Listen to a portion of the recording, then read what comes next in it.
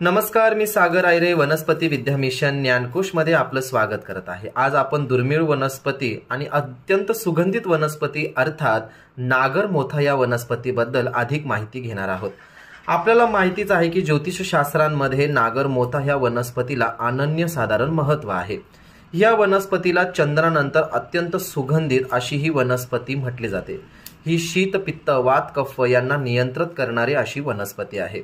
या वनस्पतीचे ज्योतिषशास्त्रात आणि वनस्पती शास्त्रांमध्ये बहुमूल्य योगदान आहे। चला तर जाणून घेऊया कुठले आहेत 3 महत्त्वाच्या रेमेडीज ज्याने आपण सुख प्राप्त करू शकतो।